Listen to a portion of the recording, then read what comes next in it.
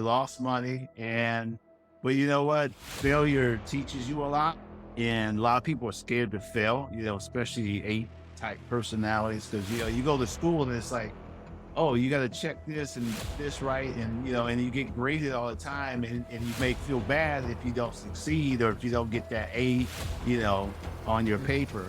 But for me, I'm not scared to try something and move forward. You're listening to the We Love Equity Real Estate Show, a podcast that discusses the intricacies of real estate investing with your host, Marcus E. Maloney. Marcus is a real estate investor best known for being the equity king.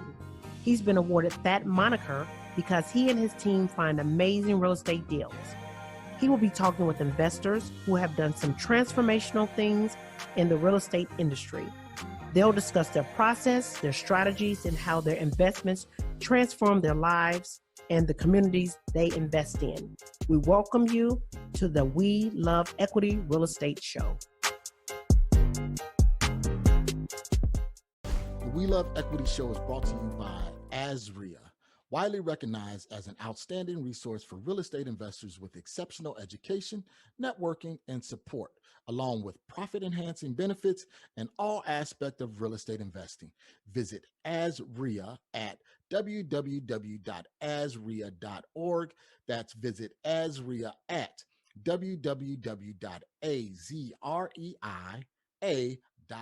Welcome to another episode of the We Love Equity Real Estate Show. I am your host, Marcus Maloney, and I'm excited today about the guest that I'm going to bring to you. But before I do that, I want to preface and pre-warn you and let you know that this is a husband and wife team. So they're going to be they're working together on doing high-end builds, ground-up development, construction, and things like that. So grab your pen, your papers, your notebooks, get ready to take some notes because they are definitely going to drop some gems on you today. So without any further delay, I want to welcome you, Brian and Marilyn Yelder, to the We Love Equity Real Estate Show. How are you guys doing today? Hey, we're doing fantastic. Thanks for the invitation to allow us to be on your great podcast. Well, thank you so much. So Marilyn, thank you so much for allowing Brian to be on the show. I definitely know it takes a lot to get him to get up and going sometimes. So it does. Yeah. Okay. Thanks for the invite. Appreciate it. Absolutely. So give us some background. Let's start with you, Marilyn. Before you got into real estate, I know you're still working a full-time job. Kind of give us that background, what you do. So in my full-time practice, I'm a pediatric nurse practitioner. And how I got involved in real estate kind of was that haphazardly way. Where I was working at was I lost my position. It was purged because of COVID. So it was in July of 2020 that I lost my job, or my position was eliminated at the time. And so I couldn't find work. And so this guy was up to his eyeballs in a lot of work, permits, cities, house stuff, driving a lot back and forth. And I just said, I can help you with a couple things. So I did a couple of things, calling the city for permitting and got permit numbers organized, a couple of things. And next thing I know, I was just like, I can find floors for you. I think we could do a kitchen, and it hasn't stopped since then. And that was in 2020, like August 2020. Yeah. Okay, perfect. So Brian, did you welcome that assistance? Yeah, absolutely. I needed some help. And so it's, definitely she's the more, organized person. And so, I have an idea, I get going, and let's go 100 miles an hour. And, I create some havoc. So I need somebody to help me, stay on. Yeah, no, not totally down. Just stay a little bit organized, so I don't leave like a whole mess of stuff behind me and things like that. So it's been good. Okay, great. So Brian, tell me your background in real estate. Introduce everyone to you and how long you've been doing real estate and how you got started. Okay, so I read this book. It was the first book I think I was in college. I was in a community college, and I read the book called Wealth Without Risk. And it just had a whole bunch of things about just investing, insurance, about taxes, and it was a couple hundred pages. And I bought the book at the bookstore, and I think it was like maybe 20 or something like that, 21. And man, I couldn't put it down. Man, I didn't think I read it from beginning to end like a day and a half. Okay. So, one was, I read a book that I wasn't, I had to read because school told me to do it. And Right, number two, I right. bought it. And number three, I read it and I did it quick but it was so interesting. So once they talked about a lot of real estate, like tax certificates, buying those things at, at the county, tax sale liens and things like that. And so it just had my mind going with real estate. And it's like, man, what? I would love to do this. And then maybe a few months later, it was summertime and I answered an ad about, real estate, hey, learn how to practice real estate, whatever. And it was from Coldwell Banker. And, I went in and they said, well, you have to get a license, this, that, and the other. And I'm like, cool.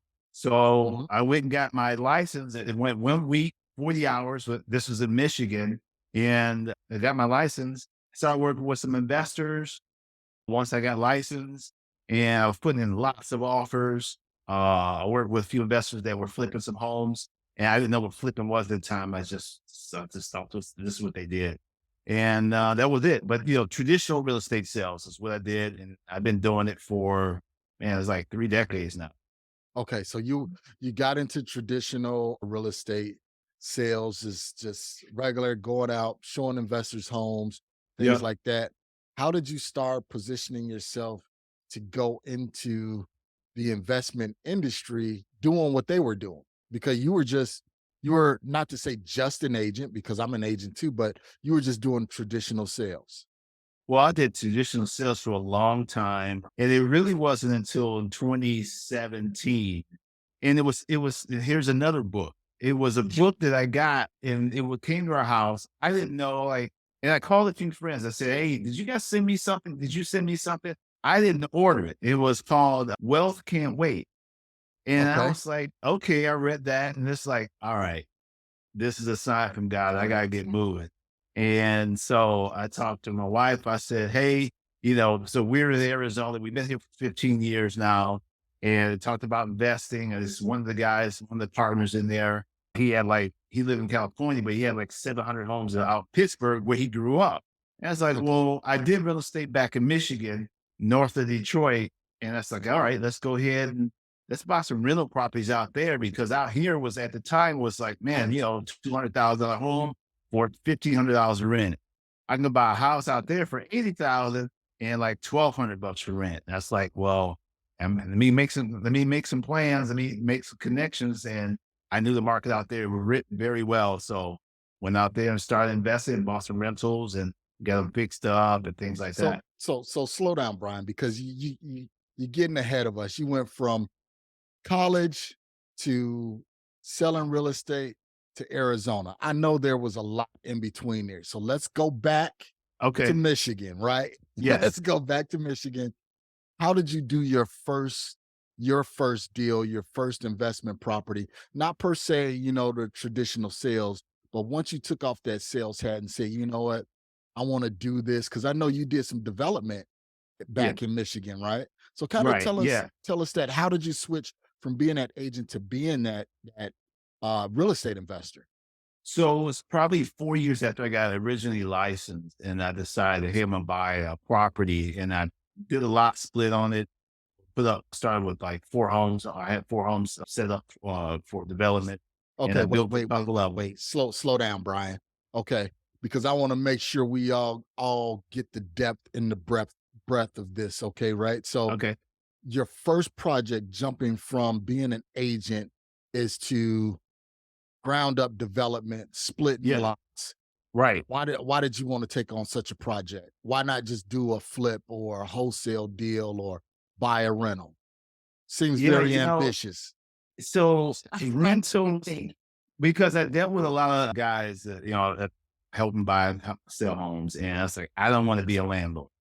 Okay. Just because, saw some of the stories, right? And I see some of the homes I'm going in after the listed. I'm trying to sell houses that had renters in it, and that was always a hassle. Like I don't want to be a landlord. So I said, well, let me find the house I can buy. And so I built, it was a modular house. And it's like, okay, it's not ground up construction. It is, Okay. but modular, maybe, most of the house is built off site. Right. I can Okay. probably do that. So that was my idea. Instead of just a flip, I wanted something new construction. And so it was a big tackle. The issue I had at the time was, again, this is 4 years after I've been doing regular real estate. The issue was I just didn't have a real strong network of subcontractors at that Okay. time. And that was, again, I was in my late 20s, and it was, man, it was hard because, I get a good one or two subs and then I get a bad one. And then so the bad ones just drag everything along. They make mistakes. Okay. But it's all, at the end of the day, it's on me The as the manager. developer Yeah. owner. And I'm paying the cost for it. So, that was a really bad experience. That was about 2 years, the worst part of my life and Our lives. our lives. And it was like, I don't want to do this again without having the right connections and so forth. So it was a network. And if you didn't know the right people, they didn't know you couldn't get the good Yep. people, you know what I mean? The good subs. So Okay. it wasn't a good experience. So I didn't do any real estate after that for about a decade. All I right. got into a different industry and everything. So you found you were 50-50 on the subs. Let's just say that. Can I say Yep. that, Marilyn? About Yeah. 50-50 on the subs. Okay. What would you tell somebody now that's going out? What would either one of you guys tell somebody now going out that's looking to find subs? Where would you tell them to go? What are some of the questions that you would ask them? Go ahead. So here, I think you have to do groundwork. Like I think if you're going when you're in a zip code or a street or whatever, walk the neighborhoods or drive around the neighborhood, see other homes that are coming up. Who are you looking for? Are you looking for a framer, a roofer, electrician, and go out there and you're basically networking with the people that are doing the work right now. And Okay. just have great conversations, let them know who you are, what you're looking for, would they be interested? And start there. I mean, when we started here, Brian walked around the neighborhood where we were doing a house in, and he's now our site supervisor. And so, and that's just, just, it's, how do you call it? Just boots to the ground, I Boots guess on is the the best ground. way. Yep. Yeah, that's the best way to Networking. describe it. And then that just kind of continues to build because if you have a really good team that, you start with, they usually know a lot of other people. Like they work with other framers because they're the ones on the site. So they're like, hey, I got this guy I think you might like. And sometimes you trust them 100%. And, might ask a few minimal questions about like, how long you've been doing this, how your license, how big is your crew that works with you, what's your time frame and what's your availability. You start with that. And then for us, we really trusted his name is Hector.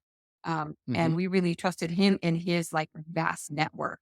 And then from there, it just kind of continue to snowball. And now we just have these great Okay. subcontractors that we use pretty much on a regular basis for all of our projects. So you guys hear what Marilyn said. You have to be inquisitive. You have to be nosy. So if you're driving down the street, you see some major development or construction going on or fix and flip happening, go in and talk to the contractor and say, hey, you know what? How long you're basically doing an on the spot interview. Hey man, how long you been doing this? How many projects do you have going on? Get their contact info. You're not stealing, a worker from anyone else, Yeah. but you're looking to build your network. So definitely be inquisitive and be nosy. I do it all of the time. I'm guilty. My wife is like, you see another house, you're pulling over, you're going to talk to a contractor, right? Say, Yeah. yep, absolutely. So, Brian so does it. yep. So what do you guys do when you have that contractor that just don't perform to the level or the standards, for the deliverabilities that you're looking for? I know that's sometimes a tough conversation. Kind of walk us through that so people know how soon do you need to start seeing those red flags before you need to get rid of them. Well, Example now. yeah, I mean, even the project we got on right now, it's like, it's a Tyler that we've used them in the past, but this person is a helper employee of the main guy. And so the main guy, he wasn't available. He's on another project. He said, but I'll send my other two guys. And we're like, okay. And so the work wasn't coming out the way we wanted. And so we had a conversation. I said, hey man, I told Hector, who was our site supervisor, hey, this doesn't look to our standards. We got to, this is going to be a multi-million dollar home. We need it to be pristine. And so, it was just quick. And I can't keep moving forward. The material's expensive, but it was more expensive is, bad workmanship, and it's not saying it's horrible, but there's different levels, so if you have a luxury property, it's got to be a level.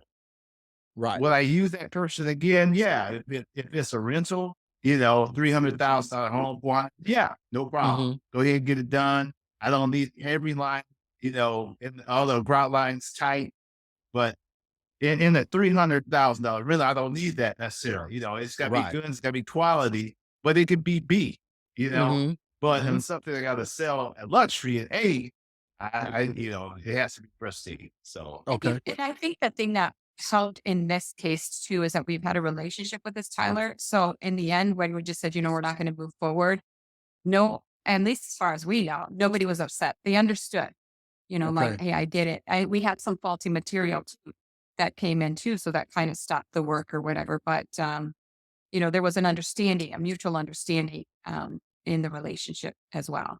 Yeah, and one of the biggest mistakes that I see people make is when, as the owner or the project manager of that project, you see that subpar quality work and you just say, you know what, I can deal with it. So you guys that's listening right now, do not accept I can deal with it, because this is your money on the line. And not only that, it's your credibility that's on the line. So just like the Yelders, they're building multi-million-dollar homes. They have to have that to a pristine level, and that standard and that bar has to be set pretty high. If not, that property will sit on the market, and the longer it sits on the market, guess what happens? The more money that they lose, right? Okay. So let's kind of go back real quick. I just wanted to get some framework around how to deal with contractors, because we get that question quite a bit from fix and flippers. So you guys got these modular homes, you got them set up on these lots and everything like that. What was next after that? Because I'm pretty sure that was a huge undertaking for your first project, coming out the door, getting that done. How did you find the land? Why did you decide to go modular homes versus ground up construction? Kind of what was your thought process around that? Well, I thought it was going to be easier than stick frame, traditional stick frame. And by the way, too, let me go one step back. I did get my license as a contractor. It's just basically taking the test. Simple, within a couple of months, I had my contractor's license. I call myself a paper contractor, because I don't necessarily do the work, but, I'm licensed to hire everybody else to do it. But it was in my wheelhouse, the land. That's the area that actually my family used to live in a home just down the street from this, but this is where my wheelhouse. I sold like probably 137 homes in that area over a few years. So I know the area well. I know what the market is. And that's one thing I want to impress on everyone is whatever you do, know that area, and not just a vast area. I'm talking about maybe 1, 2, maybe 3 zip codes, and then concentrate in that and be the expert in that area. So that area for me, I knew like the back of my hand. Taking on that type of project, it was overwhelming. I thought I could do it all because I was a successful agent, and I was like, ambitious. Ambitious, yeah, very ambitious. That's a good one. That's a good word for it. What were some of the problems that you had on that site that you were not expecting? And so, I know that they this talk was years about ago. So they talk about a lot of like contingencies. So contingencies are, you have money set aside, say 5% for overages or whatever, unexpected things that happen. Well, on that project was more like 20%. Would happen. Because like when they dug the basement, for example. They have basements out in Michigan, and you dig in a basement, and then there's water. Hmm. It's like, okay, well, a lot of water. So now I got to get a sump pump. I got to bring more dirt in. So there's thousands of dollars, and then the sewer line was, in the middle of the street, and it was way deeper than what they thought it was going to be. And so, it was like 8, 10 feet deep to get the sewer line. So, that stuff was like, here's 15 grand right there. Boom, 20 Hmm. grand. And it's like, it adds up quick. And if you don't have, enough money to back you, and I think that's the big thing is you got to have enough money. One is contingencies, and then you got to have enough money also, to go in the project to make sure you get it done. Mhm. So Okay. I think that was the biggest factor. I didn't have enough, wouldn't say savings one, but then also other investors that, hey, I need this much more money. There's going to be 150,000 to build it. Hey, let me have 200 just in case something Gotcha. happens and I can get through it.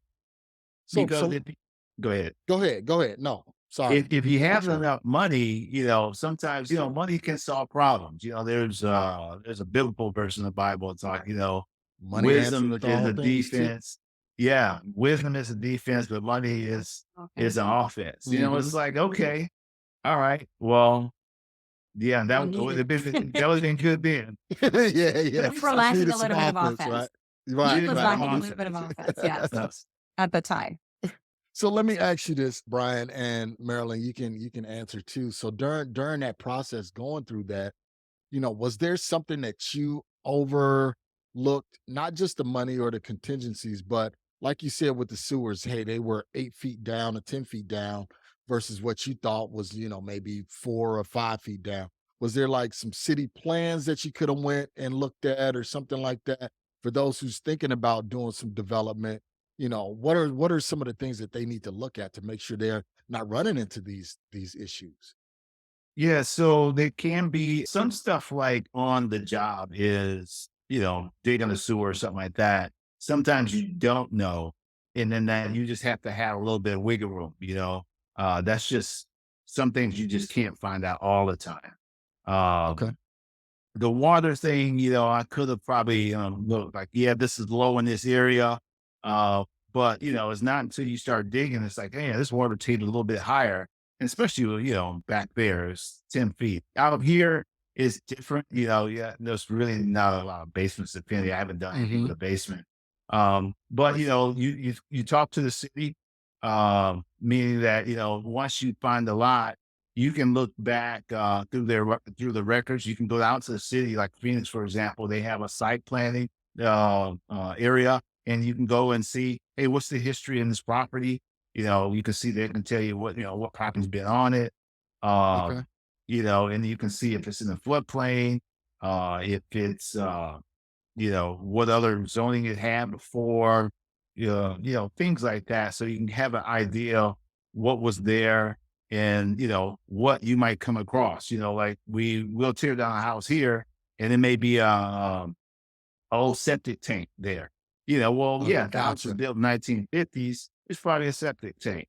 Hmm. What does that mean? You got to dig a little bit deeper, remove it. So, you have a good, strong, solid foundation, but things like that, you can figure out. Okay. All right. Sounds good. So you went from Michigan, you were doing development in Michigan. Now you said you ran into some problems, right? And then you stopped for how long did you stop? A decade? Decade, about 12 years before I got back into real estate. So why? I was Why? sour. It was sour. I mean, I paid back a lot of people. I lost money but you know what? Failure teaches you a lot. And a lot of people are scared to fail, especially eight type personalities. Cause, you go to school and it's like, oh, you got to check this and this right. And, and you get graded all the time and you may feel bad if you don't succeed or if you don't get that A, on your Mhm. paper. Um, but for me, I'm not scared to try something and move forward. And then get a C or D grade or an E grade. You know what I mean? Okay. Uh, what that means to me is like, okay, well, if I have an opportunity, I have breath in my lungs. The next day, let me figure out what do I got to do? What corrections do I have to make? It's just like I hear about, you take a plane, you get on the plane and, there's a destination, but we're not all usually in the cockpit unless you're a pilot. But when you're sitting there as a passenger, you're just in the air and you don't know what's going on. But from what I understand, there's degrees of things to get off a little bit while they're flying, and it may not be the flat plane that they thought they were going to be on. But you just make little maneuvers along the way. True. And, that's why I made the comment about the money. If you have enough money, hey, yeah, I lost, this cost me about $5,000 more than I thought. All right, I have that set aside.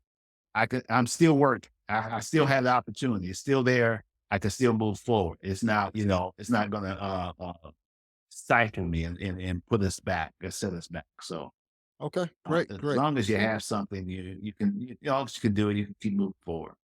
So let's do this. Let's hear a brief word from our sponsors, and when we come back, I want to talk to Marilyn.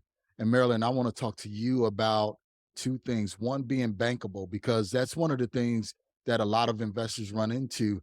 Me myself, just like Brian, it's like, okay, we're out here, we're going, but we don't have that steady W-2. So it may be a little bit more difficult to get financing. So let's talk about, the importance of being bankable and having that bankable partner.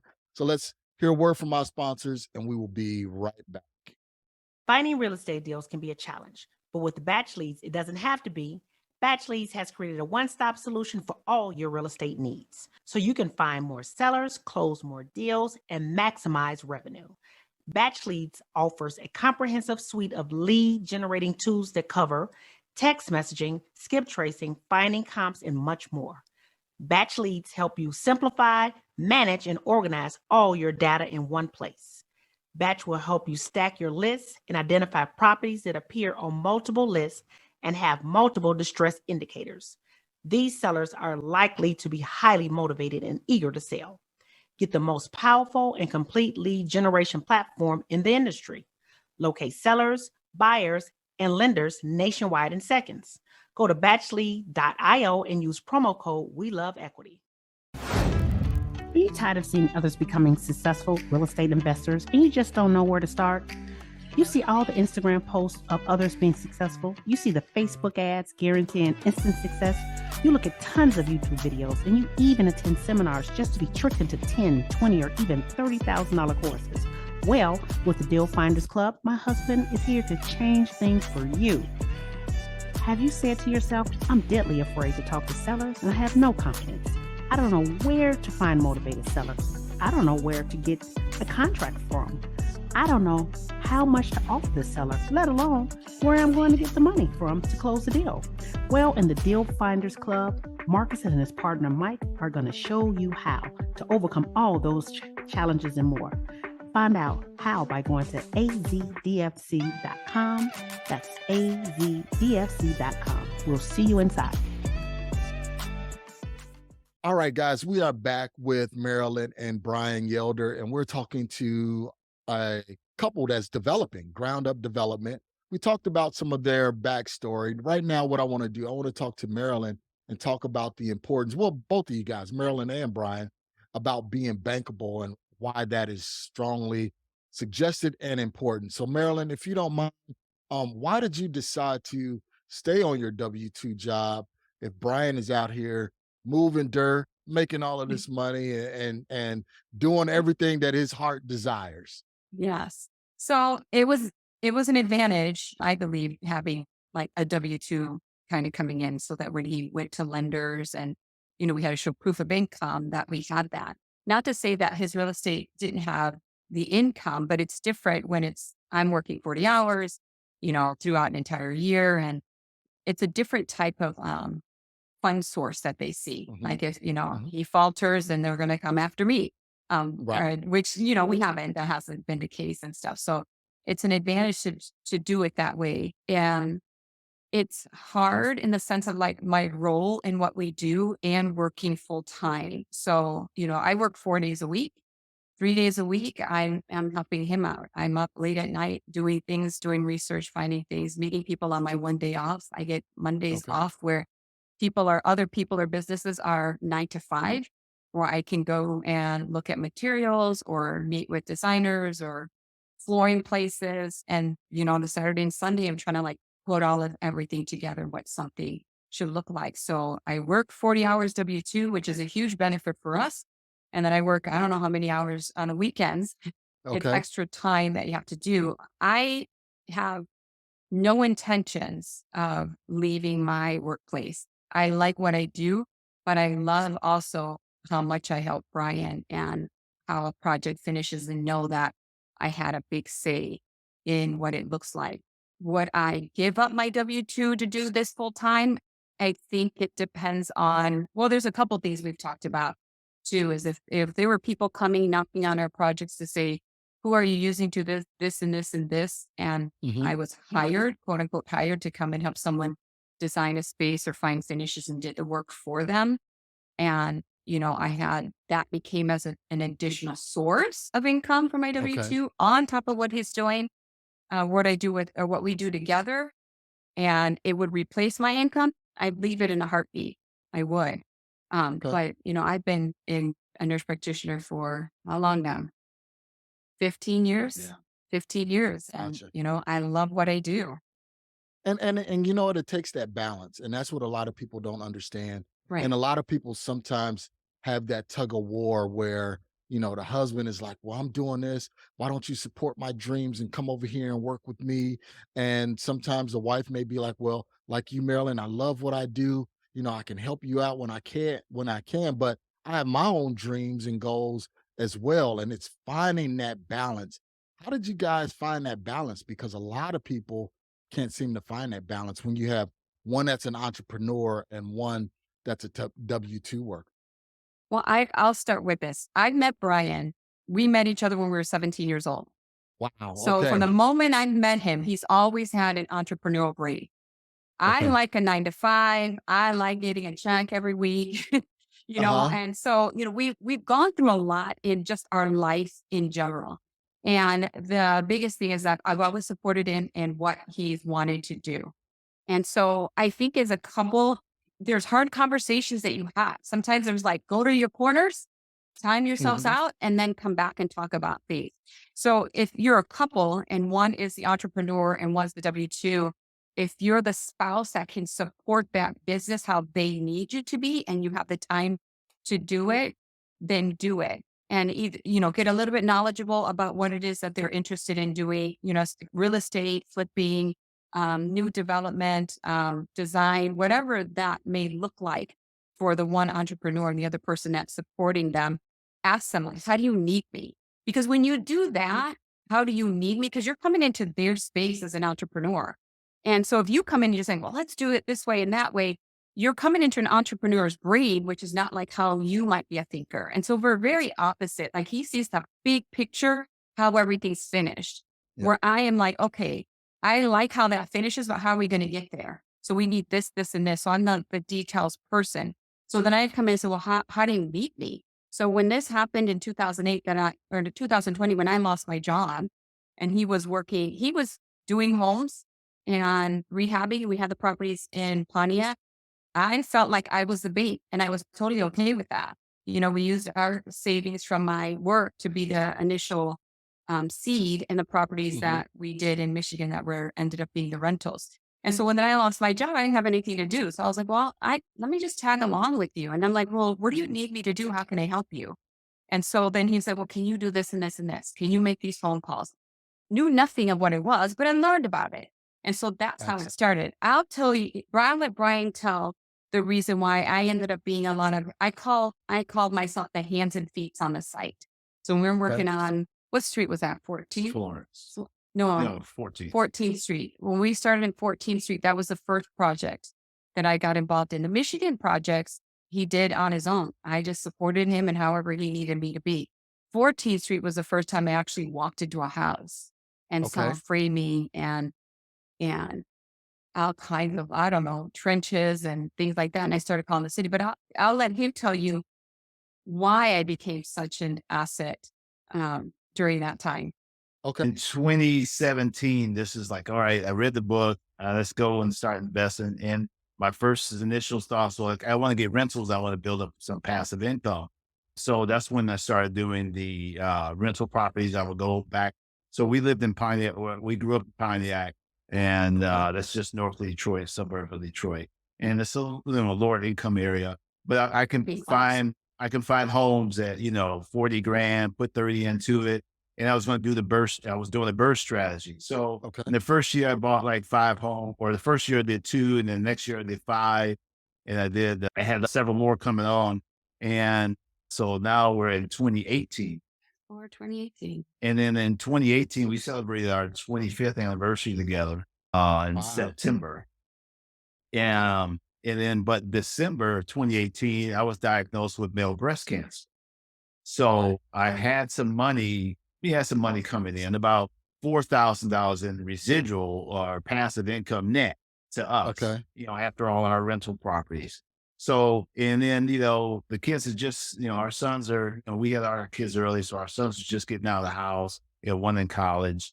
And, so we had enough money at 4,000 to pay, majority of our bills. I'm talking about our utilities, our house note, our car payments. And so that was great. And then with the diagnoses was, okay, well, what's this going to look like? Right. It was like a year of therapies and surgeries and radiation and all the chemo and stuff like that. And it wasn't until maybe in like what she said in 2020 was I'm still going through treatments and so forth. And I was on one drug that, man, it really just knocked out, gave me really a bad, Hand-foot syndrome. yeah. So it would hurt to stand up for more than 5 minutes, couldn't walk far. And I'm always athletic and, active. So for Right. me to not do anything was like, well, I was not doing anything, but it was kind of hard.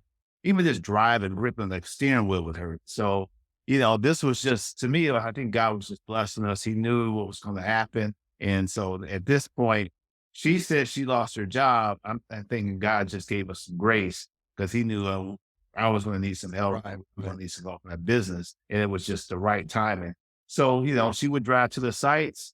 Hey, I was like, hey, you got to go see this. This, and Wait, this. Brian. Let's not gloss over that, man, because God is truly good because Yes. he can see what we don't see. We Right. look at a situation as, okay, we're down and out, we can't make it, but he have another plan.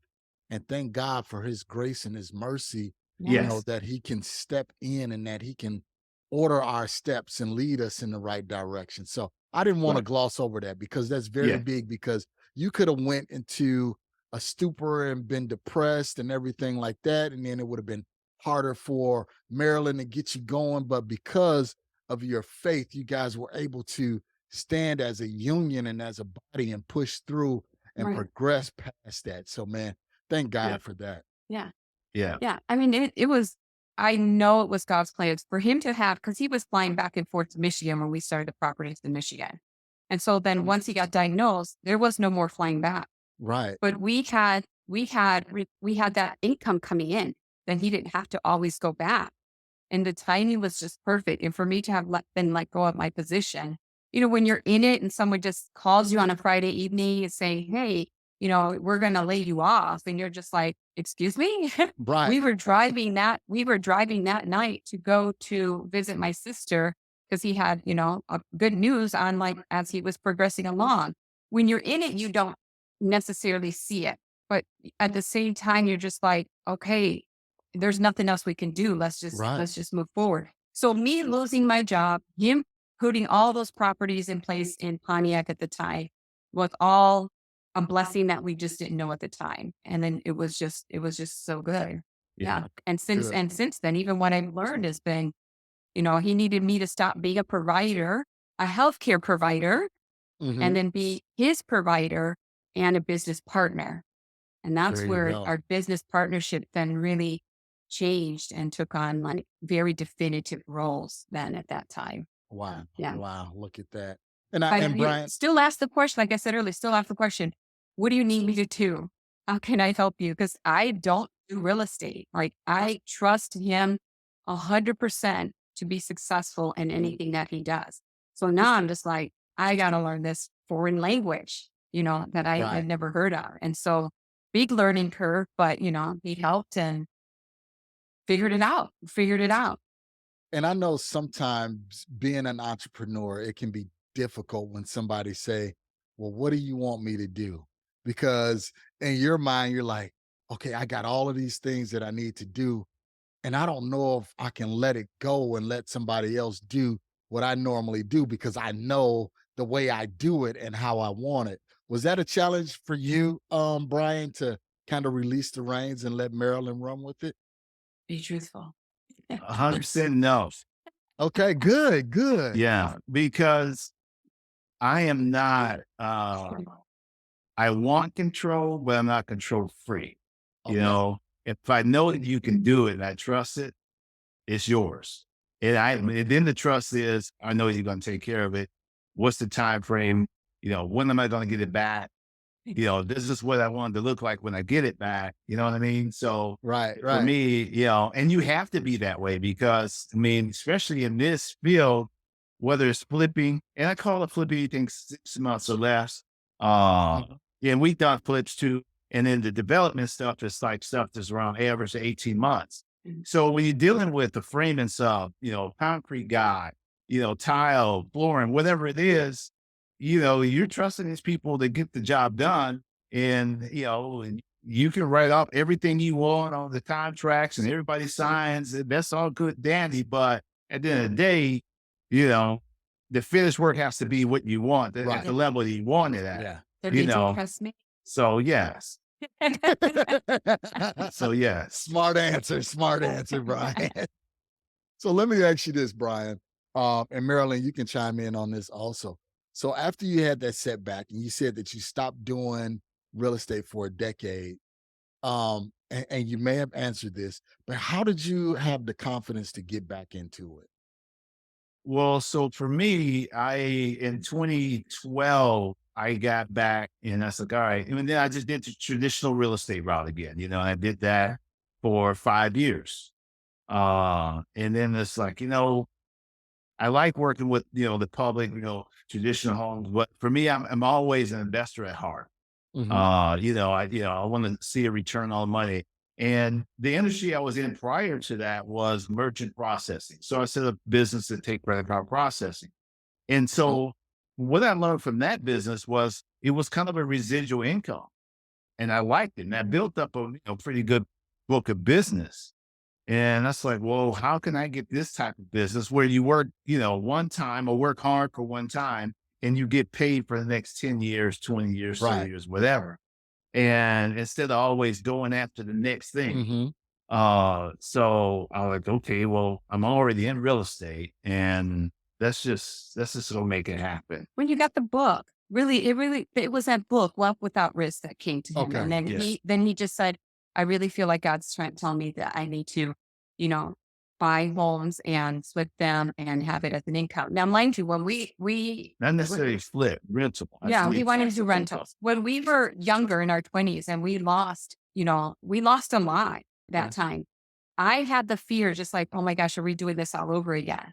Because he's like, hey, I want to take this money that you've saved up in your 401 and you don't want to be invested. Right. So he got that book, something got planted.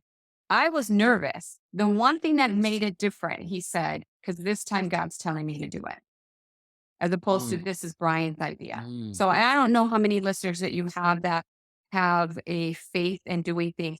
You know, sometimes you can have um, analysis paralysis Yep. where you Yep. overthink things. And so when he said that to me, because I didn't want to do it again, I was like, dude, listen, we're really good where we're at. We're successful here. You know, we have a house and, you know, we've had stability. But Right. when he said that, I was like, all right, we're gonna do this again. Let's do it. I trusted him to do it again. And he did it again. But he also learned from the failures or not this, well, I guess it is, you learn from failure sometimes Mhm. of what didn't work when we did it, when he did it the first time, in his 20s. And I think coming in the second time, he's just like, now I know what I did wrong and how to correct it. Yes. And so then that made a huge difference. And that's what then just kind of like, it just speared ahead, you know, and they just one property after the next one, after the next one. And we flipped it. And, you know, we made the houses look like if someone's going to rent there, I would live there. Like, would I want to live there? yeah, I'd want to live there. We didn't want Okay. that slumlord because you're Right. still on it. You know what I mean? Right. People are like, Right. oh my gosh, your house is so nice. I want to live here. Tons of applicants because the houses they're looking around in the same region, they don't look like ours. Mm-hmm. We renovated them to really look really great. And so, but I think that was the big difference is that there was a preparation. He knew how to do it right the next time. I was supportive, but in the end, he's just like, because God told me this is now is the time. Now's He the got the time. he got the right backing behind him. Not only Yes, wife, but he got yes. God behind him too, working with him. Okay, great, great. So now, how did you guys pivot into doing more luxury builds? Because I walked one of your properties while it's still being built, and luxury is luxury, and that's a Yeah, different monster than, like you said, the $300,000 house that's blue collar worker. But when you're in that, million plus range, there's different finishes, there's different yeah. things you got to have. So how did you how did you both transition into the luxury market? So I would say, one analogy I always tell people, I say, okay, when I go to Home Depot, I'm gonna go get a 2x4. It's the same price whether I put it in a $500,000 home or a $3 million home. It's the same price. Yep. So the difference is, it costs more $1 per square foot when you're doing in a smaller scale. So you got a little bit more room in the luxury market versus the lower end. Because again, drywall is drywall. It's the same price. They don't ask you at the checkout, well, where's this going? And they charge you, a higher price because it's going to a luxury market. They just don't. So everything's the same. All your costs the same. The only thing the difference between the luxury, because again, we were adding 1,000 square foot to a home. We'll buy a house for like 280. It was our first Hmm. one here. We'll buy another one that will about the same price, 280, and three something. And we're going to the same companies and using the same contractors. The only thing that comes out is at the end is your finishes. It's the finishes. Instead of a luxury vinyl plain tile in a rental at, $2 a square foot, you're Right. putting in engineered hardwood at $9 a square foot. And it may be a different contractor too, because instead of For the $250 a installation. square foot for the contractor, now they charge $4. So Okay. to me, it wasn't a big jump because I'm already doing it. I'm already, framing, we're already framing in foreign country, adding square footage and things like that. So The big it's, jump was mine. yeah, The big Yeah. jump was me when I came in, and it was just like, Okay. okay, this appliance package.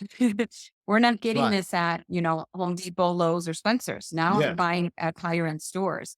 And I'm just like, hey, FYI, this faucet and these bathroom fixtures, they cost this much. And he's like, it's how much? So you're because Yeah. you're catering to that buyer. Right. When I walk Right. in, I am not knocking down a $60 faucet. Some of them are like beautiful, they're hardy. Everything that I've ordered for every property has come to this house. I've opened every box. I weighted it. I'm just like, gosh, this is really great. And then I've got my favorite. But then when you're buying for someone else, they don't want that non-name Mhm. faucet. They Right. want a brand, So, there's a difference between, it's good quality too. yeah, it's the Yeah. difference between me buying a bag at Kohl's that's just a general versus me going to a Prada or Louis Vuitton store. So bags still carry wallets and cash and all those things, but there's difference in quality of what you're doing when you're buying certain things. So I can't give them a Kohl's bag. I have to Right. give them a Louis Vuitton Prada bag. There So you go. that changed a little bit, but still in the end, it's still profitable. Yeah, when it's all said and done. And that's right. Really. When you're going into those luxury markets and luxury products, those buyers, they know what they expect. Like you said, Right. they expect the Lloyd, they expect the Wolf appliances and higher. You can't go in there with Kenmore Yeah. or Frigidaire or something Yeah. like that, because Right. immediately they're going to say, well, you're trying to get me to pay this sticker price for this model and this quality of product. And that Right. just doesn't work. Right. That's like you said, putting a $20,000 sticker tag on a bag that's in Target. Just don't work. It just don't. Right. Right. Yeah. So Yeah.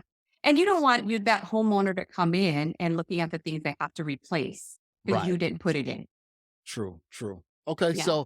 So you guys, so it was really just a mental mindset to move up from, product B to product A. and understanding those additional costs that go along with it. Correct? Yeah. Yeah. And then, Okay. it was really price. I mean, that was the only thing. So, like we got a couple properties. It's the difference between, like I mentioned, hey, I bought a house with 280, we had square footage. Now in the luxury, I'm buying a house at 960,000 and I'm knocking it down. So you got to get over Okay. that hurdle. And Yeah. then, and then it's the finishes. So it's going from, okay, I got $400,000 into this project versus now I got $1.8 million into this project. Okay. Again, it's the same, behind it's the same PIX pipe for the plumbing and all the concrete is all the same. The difference is the entry price is a lot way steeper, and then the finish is a lot higher. But It's smaller. it doesn't, it doesn't. To me, it wasn't that is the big jump. It's just the price, the sticker Okay. shock, and you got like, okay, and does it make money though? And for me, I think there's a little bit more cushion and room in that market as long as you do it right, Right. versus $500,000 house. Because hey, when the interest rates went down, and we were selling one in Glendale back last year when the interest rates started to escalate right around almost this time, like in June, we put it on the market. Mhm. It's like, man, interest rates really jumped at that time. But that was a $600,000 house.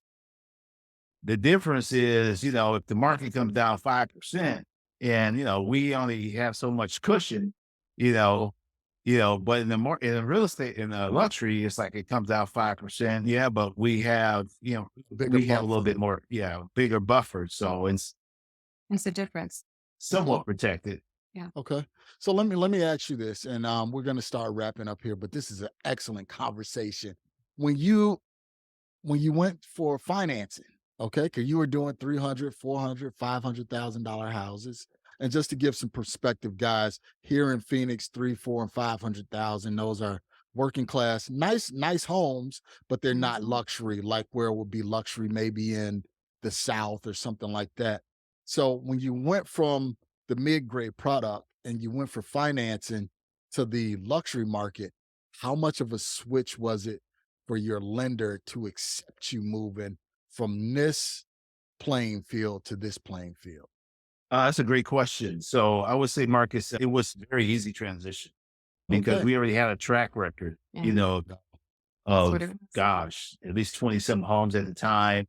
We always paid our interest only loans. Like we were doing if it was a hard money lender or a bank lender, we just had a good track record, excellent credit. That's one thing I would tell people. If you're going to get into this, make sure you got good credit, because it's one of the Okay. things that they want to see.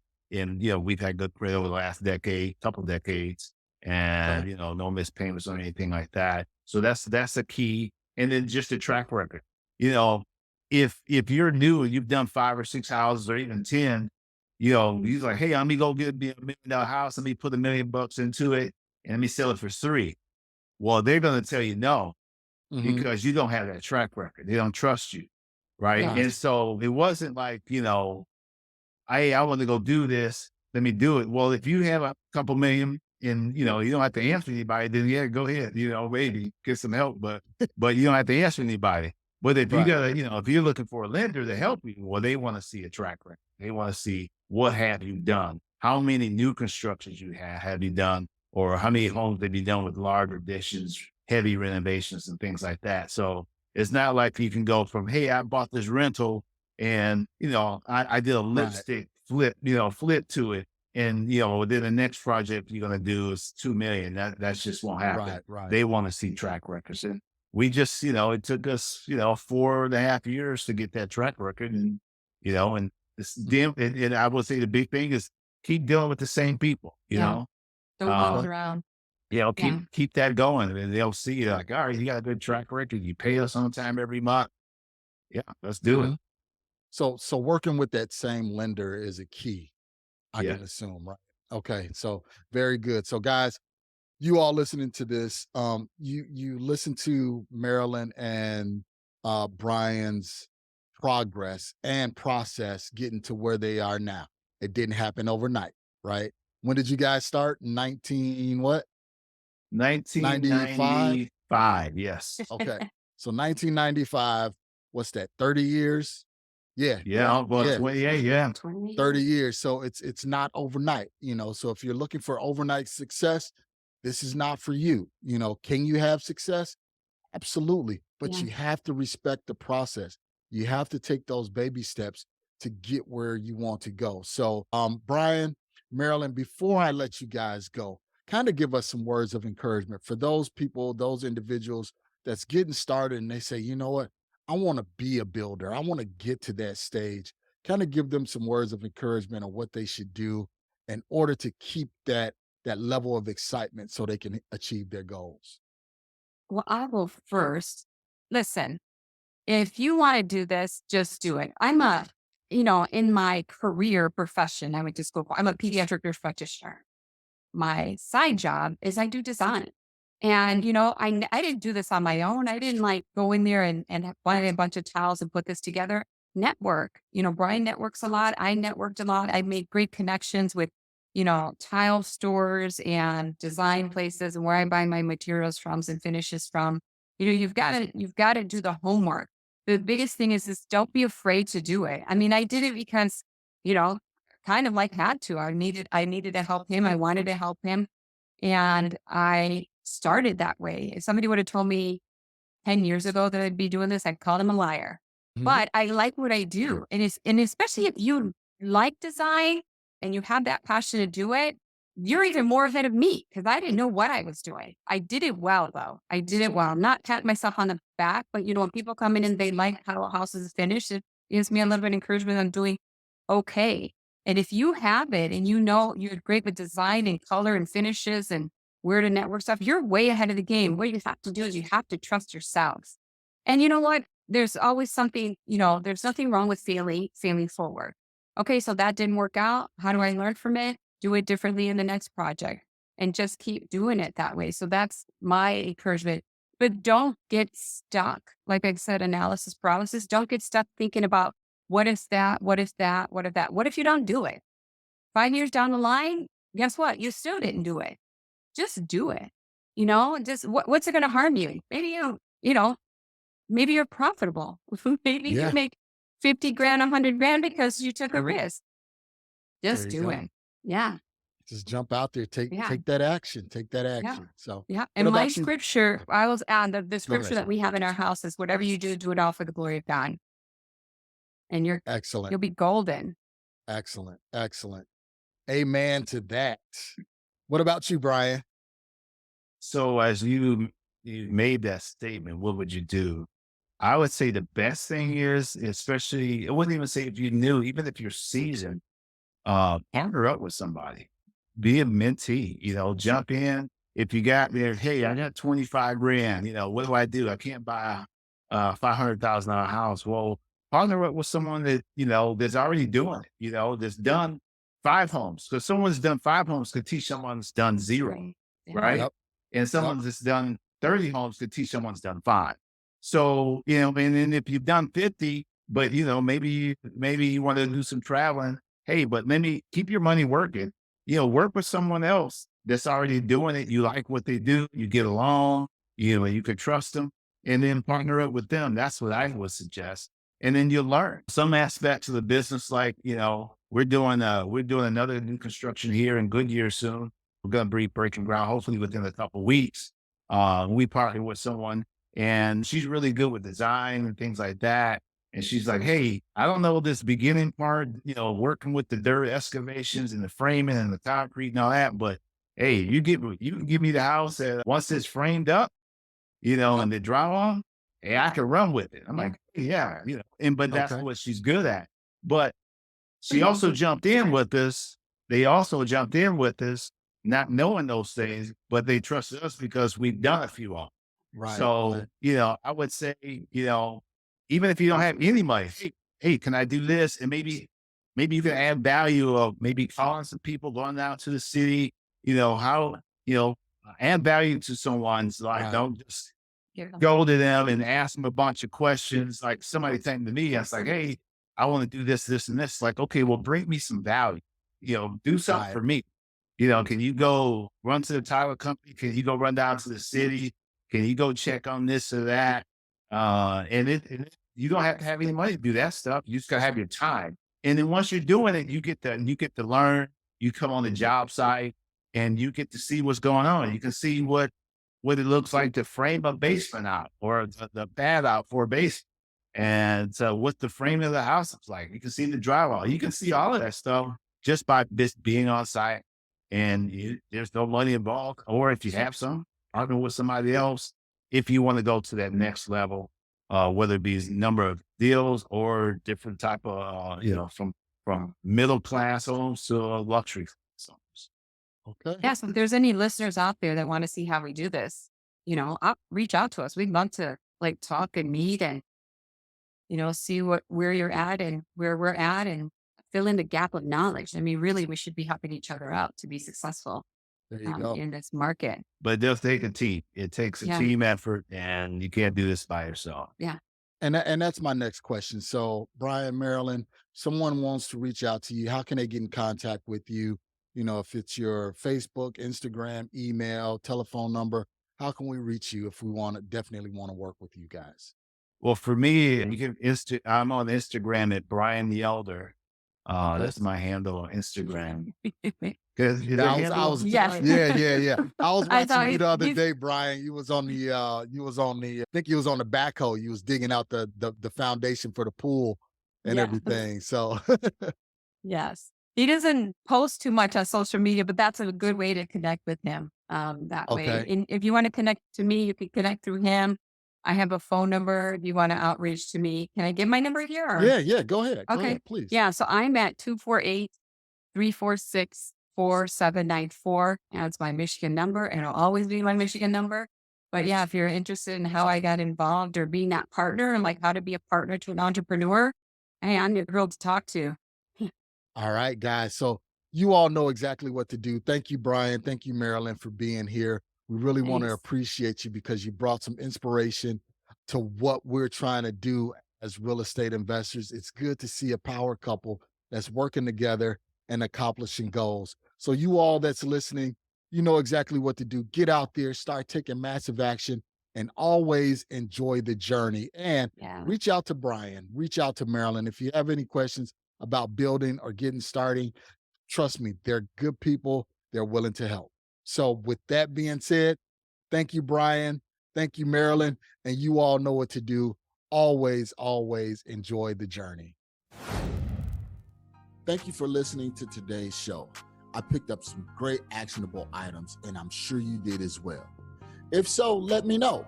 You can always reach me via social media at facebook.com/MRCS Maloney, Twitter at MRCS Maloney, and of course, IG at MRCS Maloney. You can also always reach me via email at mmaloney@equityri.com. Make sure you reach out to our guests as well. You can always find their contact information in the show notes below.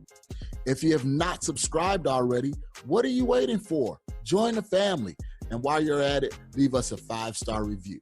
This is how we tell if we're providing you with what you need for your journey. If there's someone you would like for me to interview, or if there's a subject matter you would like for me to cover, please let me know. Finally, if you're looking for additional information about real estate investing, go to equityrealestateblog.com. Also, youtube.com/Marcus Maloney. Until next time, family, always enjoy the journey.